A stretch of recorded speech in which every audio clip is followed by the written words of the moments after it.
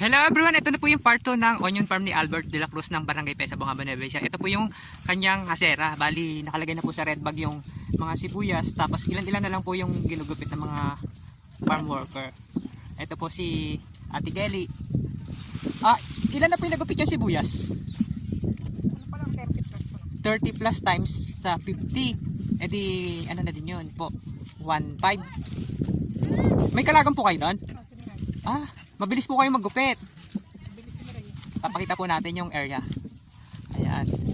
Diba? Ang dami nilang inani. Pinakyaw po kasi ito. Kaya lang, ang magsasabi ng presyo, yung may-ari.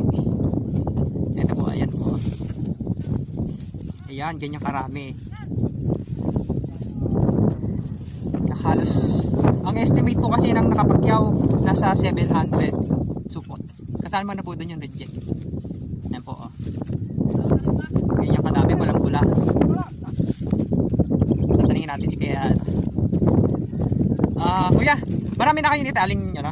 Pang pala to, pang 200. Bilis nyo magtali magkano yung upa ng magtatali ng Ito kami to, arawan. 400? 500. Ay, 500. Malaki din pala yung upa ng nagtatali. Pera hakot. Magkano naman po yung hakot? Baka kami din. Or supot. Kasi di ba po, ang per hakot sabi niyang mga nagkaryada sa mga ibang farmers, 10 pesos. Ayun. Additional pa po yun, no? Swerte po yung yung nag-alaga ng sibuyas tapos yung nakapakyaw. Maganda yun ang napili niyang sibuyas. Ito po Ayun. Yung malaki yung sibuyas. Ayun nag-i-start na po sila magkakot.